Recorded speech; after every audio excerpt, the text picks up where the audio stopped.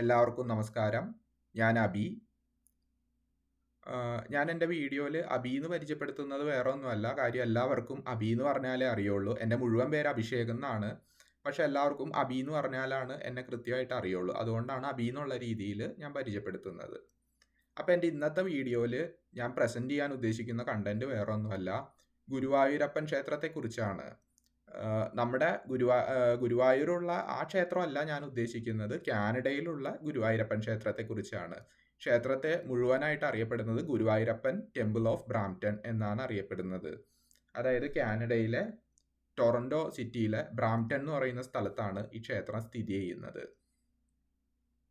അപ്പോൾ ഈ ക്ഷേത്രത്തിലെ വിശേഷങ്ങൾ, ഈ ക്ഷേത്രത്തിൻ്റെ കുറച്ച് ചരിത്ര അതുകൂടാതെ തന്നെ എങ്ങനെയൊക്കെയാണ് ഇവിടെ പൂജാകാര്യങ്ങളും മറ്റും നടക്കുന്നത്, അതെല്ലാം ഈ വീഡിയോയിൽ നിങ്ങൾക്കൊന്ന് പറഞ്ഞു തരാനാണ് ഞാൻ വന്നിരിക്കുന്നത്. അപ്പോൾ ഈ ക്ഷേത്രം ഒരു 2-3 വട്ടം വിസിറ്റ് ചെയ്യാനുള്ള ഭാഗ്യം എനിക്ക് ഉണ്ടായി കാനഡയിൽ വന്നേ പിന്നെ.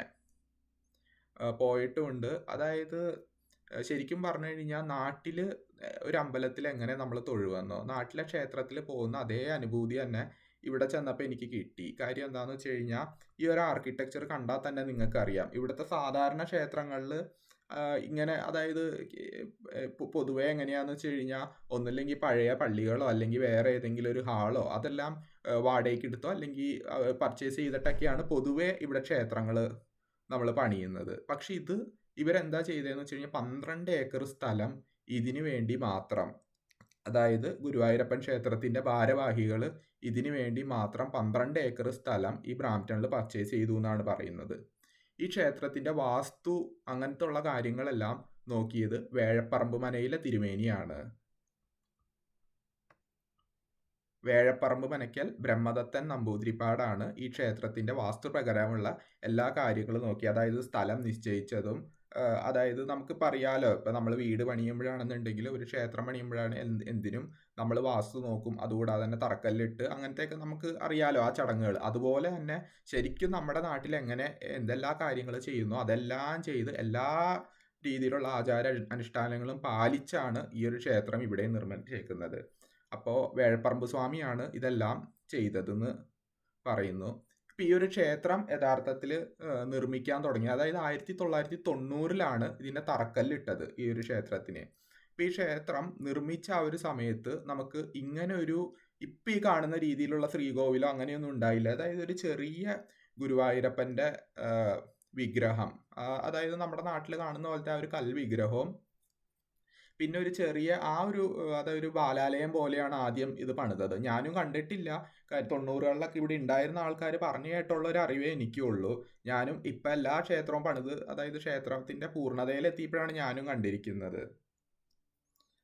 ഇപ്പോൾ 90-കളിൽ ഇത് തുടങ്ങിയെങ്കിലും ഒരു 2001-2002 സമയമൊക്കെ ആയപ്പോഴേക്കും ഏകദേശം ക്ഷേത്രം ഇങ്ങനെ ഡെവലപ്പായി തുടങ്ങി. ഇന്നീ കാണുന്ന നിലയിലെത്തിയത് 2021 ആയപ്പോഴാണ്. കാര്യം 2019-20 കാലഘട്ടം വരെ ആകെ നമുക്ക് ഈ ഗുരുവായൂരപ്പൻ്റെ പ്രതിഷ്ഠ മാത്രമായിരുന്നു ഈ ഒരു ക്ഷേത്രത്തിൽ ഉണ്ടായിരുന്നത്. ഇപ്പോൾ നമുക്ക് അയ്യപ്പൻ്റെ പ്രതിഷ്ഠയുണ്ട്, ഭഗവതി അതായത് ഭദ്രകാളിയുടെ പ്രതിഷ്ഠയുണ്ട്, പിന്നെ ഗണപതി ഭഗവാന്റെ പ്രതിഷ്ഠയുണ്ട്. 3 പ്രതിഷ്ഠകളും കൂടെ അഡീഷണൽ വന്നു. അങ്ങനെ ടോട്ടല് 4 പ്രതിഷ്ഠകളാണ് ഈ ക്ഷേത്രത്തിൽ മെയിനായിട്ടുള്ളത്. അതിൽ പ്രധാന പ്രതിഷ്ഠയാണ് നമ്മുടെ ഗുരുവായൂരപ്പൻ.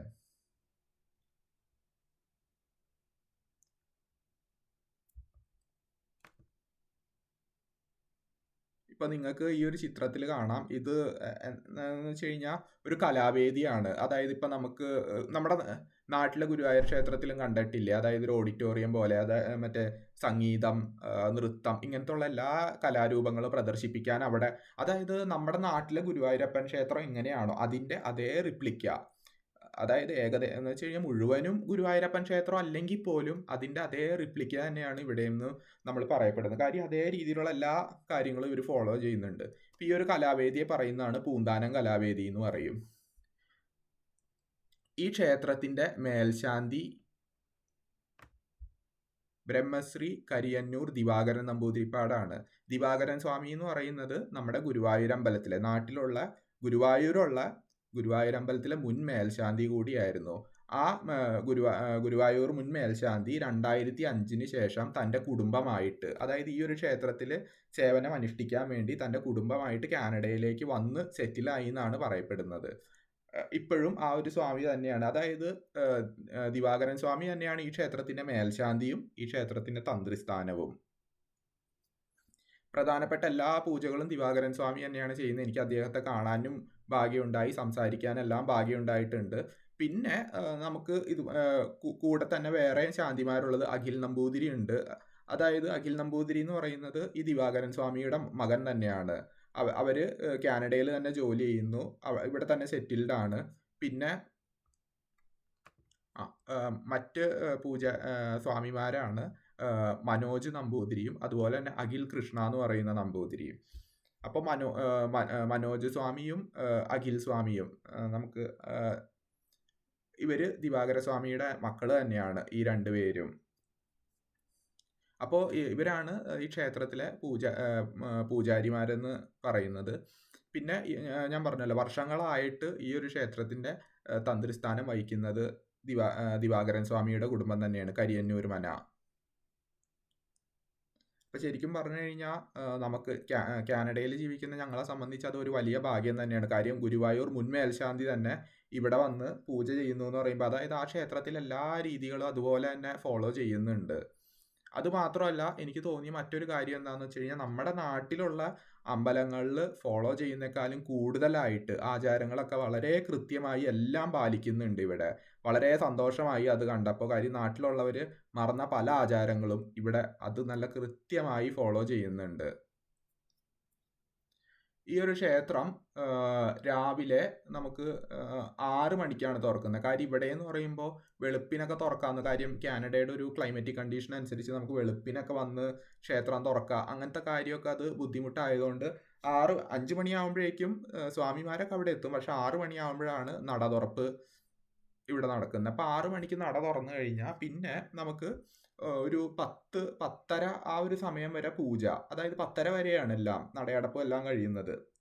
11 മണിയാകുമ്പോഴേക്കും അമ്പലം ഫുള്ളായിട്ട് ക്ലോസ് ചെയ്യും. അപ്പോൾ ഏകദേശം ഒരു 8:30-9 മണിയാകുമ്പോൾ അന്നദാനമുണ്ട്, നിത്യ അന്നദാനം. അതായത് ഈ ഒരു ക്ഷേത്രത്തിൽ കാണാൻ പറ്റുന്ന ഒരു പ്രത്യേകതയാണ് നിത്യ അന്നദാനം എന്നുള്ളത്. അതായത് നമുക്ക് ഭക്ഷണമൊക്കെ, അതായത് ഭക്തജനങ്ങൾ തന്നെയാണ് അരി ഡൊണേറ്റ് ചെയ്യുന്നത്, പച്ചക്കറികൾ, ഫ്രൂട്ട്സ് ഇതെല്ലാം ഡൊണേറ്റ് ചെയ്യുന്നത് ഭക്തജനങ്ങൾ തന്നെയാണ്. ഇവിടെ ഞങ്ങൾക്ക് ഈ GTOBയുടെ ഒരു ഫുഡ് ബാങ്ക് ഉണ്ട്. അവിടെ നമുക്ക് വെജിറ്റേറിയൻ ഐറ്റംസ് ആയിട്ടുള്ള എന്തും നമുക്ക് കൊടുക്കാം. വോളണ്ടിയേഴ്സ് വന്ന്, ഇപ്പം ചില സ്ഥലത്തൊക്കെ വോളണ്ടിയേഴ്സ് പോയി പിക്ക് ചെയ്യുന്നുണ്ട്, വേണമെങ്കിൽ ക്ഷേത്രത്തിൽ നേരിട്ട് കൊടുക്കാം, അതെല്ലാം നമ്മുടെ ഇഷ്ടം. എന്നിട്ട് ഈ കളക്ട് ചെയ്ത ഐറ്റംസ് വെച്ചിട്ട് ക്ഷേത്രത്തിൽ തന്നെ പാചകപ്പുരയുണ്ട്, അതായത് അവിടുത്തെ പാചകപ്പുരയെ തന്നെ പ്രിപ്പയർ ചെയ്യുന്നതാണ്. പിന്നെ നാട്ടിലെ ക്ഷേത്രം കാണുന്നത് പോലെ തന്നെ ഇവിടെയും നമുക്ക് തെടുപ്പിള്ളിയൊക്കെ ഉണ്ട് കേട്ടോ. സാധാരണ ഇപ്പം നമ്മൾ വിചാരിക്കും കാനഡയിലെ അമ്പലങ്ങളിലൊക്കെ തെടുപ്പിള്ളിയൊക്കെ ഉണ്ട്, ഇവിടെ എല്ലാം അതുപോലെ തന്നെയുണ്ട്. എനിക്ക് മുഴുവൻ കാണാൻ സാധിച്ചു. നമ്മുടെ നാട്ടിലെ ക്ഷേത്രങ്ങളിലെ പോലെ തന്നെ ഇവിടെയും തെടുപ്പിള്ളിയിൽ ഗണപതി ഭഗവാന് നിവേദ്യം വെക്കുന്നത് എല്ലാം ഉണ്ട്. പിന്നെ ഇവിടുത്തെ പ്രധാന വഴിപാടുകൾ നാട്ടിലെ ക്ഷേത്രങ്ങൾ പോലെ തന്നെ മറ്റുള്ള എല്ലാ കൃഷ്ണന്റെ അമ്പലത്തിലും കാണുന്നത് പോലെ തന്നെ പാൽപ്പായസമാണ് ഇവിടെയും പ്രധാന വഴിപാട്. പിന്നെ നമുക്ക് നെയ്യ് ജപം, അതുകൂടാതെ തന്നെ ഒറ്റയപ്പം. ഉണ്ണിയപ്പം ഗണപതിക്കാണ്, പിന്നെ ഒറ്റയപ്പം കൃഷ്ണ ഭഗവാന്, അതുകൂടാതെ തന്നെ നെയ്പായസം, അങ്ങനെ പിന്നെ നമുക്ക് തുളസിമാല, കൃഷ്ണന് തുളസിമാല, താമരപ്പൂമാല, അങ്ങനെയുള്ള എല്ലാ വഴിപാടുകളും ഈ ക്ഷേത്രത്തിലും ഉണ്ട്. പിന്നെ നമുക്ക് പുഷ്പാഞ്ജലിയുടെ പ്രസാദമായിട്ട് കിട്ടുന്നത് ഈ പറഞ്ഞ പോലെ തന്നെ ചന്ദനം, പൂക്കൾ, നമുക്ക് സാധാരണ എല്ലാ പുഷ്പാഞ്ജലിയും ചെയ്യുന്ന പോലെ തന്നെ. എന്നിട്ട് ഒരു പഴവും കൂടെ സ്വാമി നമുക്ക്, പഴവും പഞ്ചസാരയും, നമ്മുടെ ഗുരുവായൂർ അമ്പലത്തിലും ഇത് തന്നെയാണല്ലോ, നമുക്ക് വെണ്ണ, പഴം, പഞ്ചസാര, അത് തന്നെ ഇവിടെയും നമ്മൾ പുഷ്പാഞ്ജലിക്ക് കൊടുത്തു കഴിഞ്ഞാൽ കിട്ടും.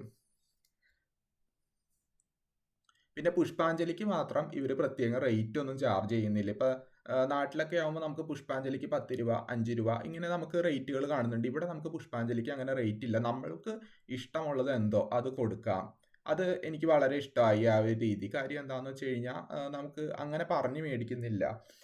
ഇപ്പം ഞാൻ തന്നെ ഒരു ദിവസം ഞാൻ ആദ്യമായിട്ട് ക്ഷേത്രത്തിൽ പോയപ്പോൾ ഞാൻ പുഷ്പാഞ്ജലി എന്ന് പറഞ്ഞപ്പോൾ അവർ പറഞ്ഞത്, നിങ്ങൾക്ക് എന്ത് റേറ്റ് ആണോ തരാൻ ഉദ്ദേശിക്കുന്നത് അത് തന്നോളാം, ഞങ്ങൾ പുഷ്പാഞ്ജലി ചെയ്യാം.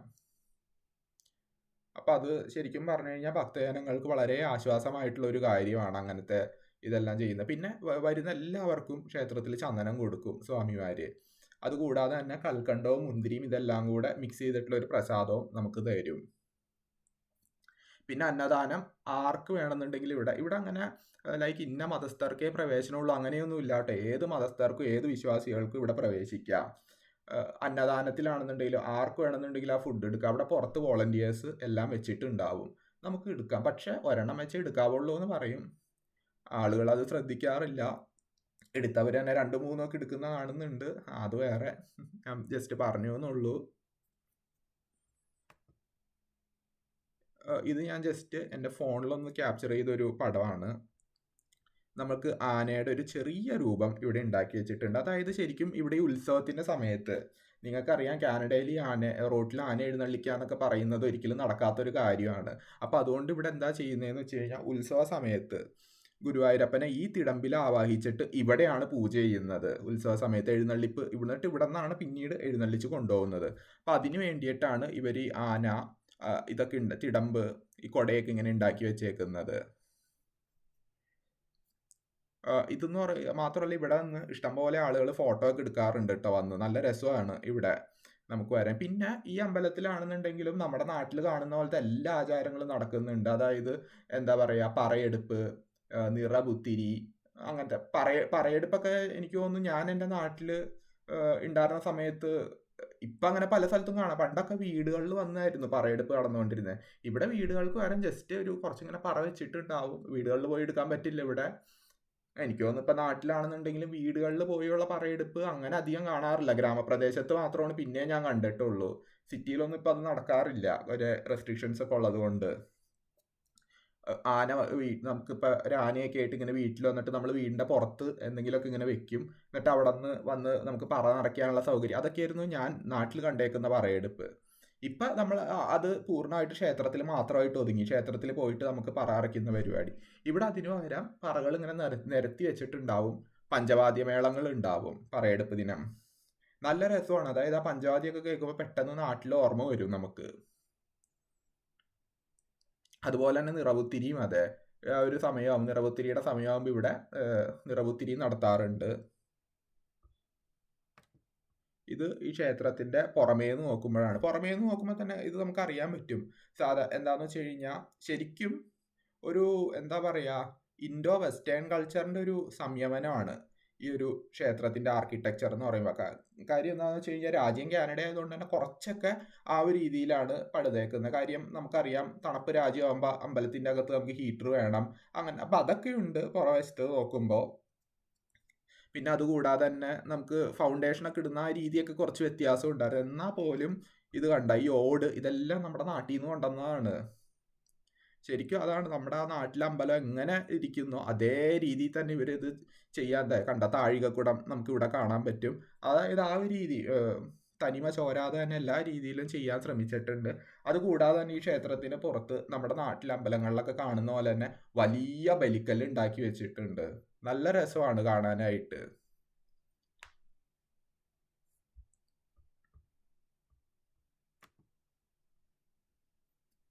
ഇതാ നമുക്ക് പുറം ഭാഗത്തേക്ക് ഉള്ളൊരു വ്യൂ ഇങ്ങനെ. ഇത് ജസ്റ്റ് ആ ക്ഷേത്രത്തിന്റെ ഉത്സവ സമയത്തൊക്കെ അലങ്കരിച്ചേക്കുന്നതാണ്. പിന്നെ വൈകുന്നേരത്തെ ഞാൻ രാവിലത്തെ സമയം പറഞ്ഞു ക്ഷേത്രത്തിന്റെ. വൈകുന്നേരം 4 മണിക്ക് തുറക്കും ക്ഷേത്രം. 4 മണിക്ക് തുറന്നു കഴിഞ്ഞാൽ പിന്നെ രാത്രി 9 മണി വരെ, 9 മണിയാകുമ്പോഴായിരിക്കും നടയടപ്പും എല്ലാം നടക്കുന്നത്. 7 മണിക്ക് ദീപാരാധന. ദീപാരാധന 2 രീതിയിൽ നമുക്ക് ചെയ്യാം. ഒന്നില്ലെങ്കിൽ ക്ഷേത്രത്തിൽ നേരിട്ട് പോയി ദീപാരാധന കണ്ടു തൊഴുവാം, ഭഗവാനെ കണ്ട് തൊഴുവാം. അല്ലെങ്കിൽ ഇതേ 7 മണിക്ക് തന്നെ ഇവർ ലൈവ് സ്ട്രീം ചെയ്യുന്നുണ്ട്. പണ്ടേ ചെയ്യുന്നതാണ്, കോവിഡിനൊക്കെ മുന്നേ ചെയ്യുന്നതാണ് ഈ ലൈവ് സ്ട്രീം. എന്താന്ന് വെച്ച് കഴിഞ്ഞാൽ, ഇപ്പോൾ നമുക്ക് ഞാൻ താമസിക്കുന്നത് സഡ്ബറി എന്ന് പറയുന്ന സ്ഥലമാണ്. അപ്പം എനിക്ക് എല്ലാ ദിവസവും ഈ ക്ഷേത്രത്തിൽ പോകാൻ പറ്റില്ല. കാര്യം എന്താ, 5 മണിക്കൂർ റൈഡ് ഉണ്ട്, 4 മണിക്കൂർ റൈഡ് ഉണ്ട് സഡ്ബറിന്ന് ഈ ഒരു സിറ്റി വരെ, ടൊറന്റോ സിറ്റി വരെ എനിക്ക് 4 മണിക്കൂർ റൈഡ് ഉണ്ട്. അപ്പോൾ ഒരു കാറ് പിടിച്ച് പോകാന്ന് പറയുന്നത് വളരെ പ്രയാസമുള്ളതാണ്. അതുകൂടാതെ തന്നെ ദൂരെയുള്ള ഇഷ്ടം പോലെ ആളുകളുണ്ട്, വേറെ പ്രൊവിൻസിലുള്ള ആളുകളുണ്ട്. അപ്പോൾ അവർക്കൊക്കെ കണ്ടു തൊഴുവണമെന്നുണ്ടെങ്കിൽ 7 മണിയുടെ ദീപാരാധന നമുക്ക് ലൈവ് സ്ട്രീം ചെയ്യാം. നമ്മുടെ ലാപ്ടോപ്പിലോ ഫോണിലോ ലൈവ് സ്ട്രീം ചെയ്ത് കഴിഞ്ഞാൽ യഥാർത്ഥത്തിൽ ആ അമ്പലത്തിൽ ദർശിക്കുന്ന പോലെ തന്നെ നമുക്ക് ലൈവായിട്ട് ഭഗവാനെ ദർശിക്കാം, കണ്ടു തൊഴുവാം. പിന്നെ വിന്റർ സീസൺ വരുമ്പോൾ, അതായത് തണുപ്പ് കാലം, ആ ഒരു സീസൺ വരുമ്പോൾ ക്ഷേത്രത്തിന്റെ ടൈമിങ്ങിൽ ചെറിയൊരു മാറ്റമുണ്ട്. വിന്റർ സീസണിൽ 4 മണി തൊട്ട് 8 മണി വരെയാണ് ക്ഷേത്രത്തിന്റെ വൈകുന്നേരം. കാര്യം നമുക്ക് അധികം നേരമൊന്നും നിൽക്കാൻ പറ്റില്ല വിന്ററിൽ, അതാണ് കാര്യം. രാവിലെ ആണെന്നുണ്ടെങ്കിലും തുറക്കുമ്പോൾ 7 മണിയാകും വിന്റർ സീസണിൽ മാത്രം, 7 തൊട്ട് 10 വരെ. ഞാൻ ആദ്യം പറഞ്ഞത് മറ്റ് സീസണിൽ, സമ്മറിലും ഫോളിലും അങ്ങനത്തെ ഉള്ള സീസണിലൊക്കെ ഉള്ള ടൈമിങ്, വിന്റർ മാത്രം ചെറിയൊരു മാറ്റം വരുത്തിയിട്ടുണ്ട് ടൈമിങ്ങിൽ, അത്രയേ ഉള്ളൂ. പക്ഷെ എന്നാലും എല്ലാവിധ സർവീസുകളും കൊടുക്കുന്നുണ്ട്. വിന്റർ ആണെങ്കിലും സമ്മർ ആണെങ്കിലും ഏത് സീസൺ ആണെന്നുണ്ടെങ്കിലും അന്നദാനം അത് മുടങ്ങാതെ ഈ ഒരു ക്ഷേത്രത്തിൽ നമുക്ക് കിട്ടും. പിന്നെ ഞാൻ ഏറ്റവും അവസാനം പോയ സമയത്ത് ഇവിടെ ഭാഗവത സപ്താഹം നടക്കായിരുന്നു. ഈ ഭാഗവത സപ്താഹം നടക്കുമ്പോഴുള്ള പ്രത്യേകത എന്താണെന്ന് വെച്ച് കഴിഞ്ഞാൽ 4 നേരവും ക്ഷേത്രത്തിൽ അവർ ഫുഡ് പ്രൊവൈഡ് ചെയ്യുന്നുണ്ട്. അപ്പോൾ എനിക്ക് ഏറ്റവും രസം തോന്നി എന്താണെന്ന് വെച്ച് കഴിഞ്ഞാൽ, ക്ഷേത്രത്തിന്റെ, ഞാൻ പറഞ്ഞ 12 ഏക്കർ സ്ഥലമുണ്ട് ക്ഷേത്രത്തിൽ, പുറകു വശത്ത് അവർ പന്തലൊക്കെ ഇട്ട് കെട്ടി. ശരിക്കും നാട്ടിലെ ക്ഷേത്രങ്ങളിൽ നമുക്ക് എന്തെങ്കിലും ഈ പ്രസാദൂട്ടൊക്കെ ഉണ്ണാൻ പോകുമ്പോഴുള്ള ആ ഒരു ഓർമ്മ എനിക്ക് വന്നു. കാര്യം പന്തലൊക്കെ കെട്ടി അതേ രീതിയിൽ തന്നെ കസേരയൊക്കെ ഇട്ട് വാഴയിലയിൽ.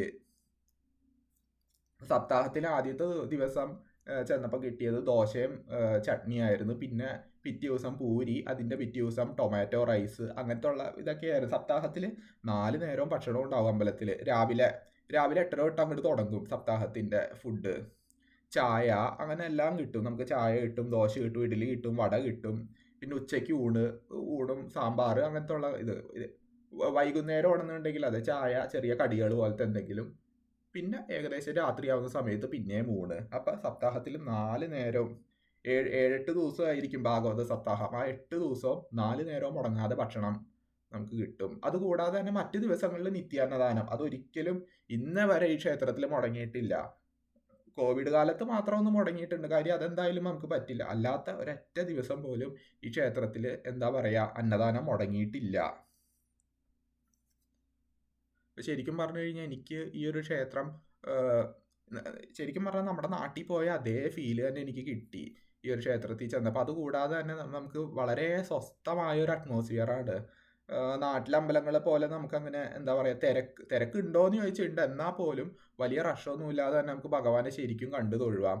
അതുകൂടാതെ തന്നെ ഗുരുവായൂർ അമ്പലത്തിലെ പോലെ ഒരു ഉരുളിയിൽ കുന്നിക്കുരു ഇട്ടിട്ടുണ്ട്. അപ്പോൾ നമുക്ക് കുന്നിക്കുരു വാരാം. മറ്റു ക്ഷേത്രങ്ങളിലൊക്കെ ഇങ്ങനെ ചെയ്യുന്ന പോലെ, ഗുരുവായൂർ ക്ഷേത്രത്തിലെ പോലെ തന്നെ വലിയൊരു ഉരുളിയിൽ ഒരുപാട് കുന്നിക്കുരു നമുക്ക് വേണമെങ്കിൽ പൈസ ഇടാം അതിനകത്ത്. കുന്നിക്കുരു വാരാം. ഞാനും വാരി കുന്നിക്കുരു. നല്ല രസമായിരുന്നു. ഇതൊക്കെയാണ് ഈ ക്ഷേത്രത്തെ പറ്റിയുള്ള പ്രധാന വിവരങ്ങൾ ഞാൻ പങ്കുവയ്ക്കാനായിട്ട് ഉദ്ദേശിച്ചത്. അപ്പോൾ കാനഡയിലുള്ള ആരെങ്കിലും ഈ വീഡിയോ കാണുന്നുണ്ടെങ്കിൽ, പ്രത്യേകിച്ച് ടൊറൻറ്റോയിലുള്ളവർ, തീർച്ചയായും ഈ ഒരു ക്ഷേത്രത്തിൽ പോകണം കേട്ടോ. കാര്യം എന്താണെന്ന് വെച്ച് കഴിഞ്ഞാൽ, ഒൻറ്റാരിയോയിലെ ഏക മലയാള ക്ഷേത്രമാണിത്. ഹരേ രാമ രാമ രാമ ഹരേ ഹരേ, ഹരേ കൃഷ്ണ കൃഷ്ണ കൃഷ്ണ ഹരേ ഹരേ, കൃഷ്ണ കൃഷ്ണ മുകുന്ദ ജനാർദ്ദന, കൃഷ്ണ ഗോവിന്ദ നാരായണ ഹരേ. എല്ലാവർക്കും എൻ്റെ വീഡിയോ ഇഷ്ടമായി എന്ന് വിചാരിക്കുന്നു. വേറൊരു വീഡിയോ ആയി ഞാൻ വീണ്ടും വരും. നന്ദി, നമസ്കാരം. Thank you.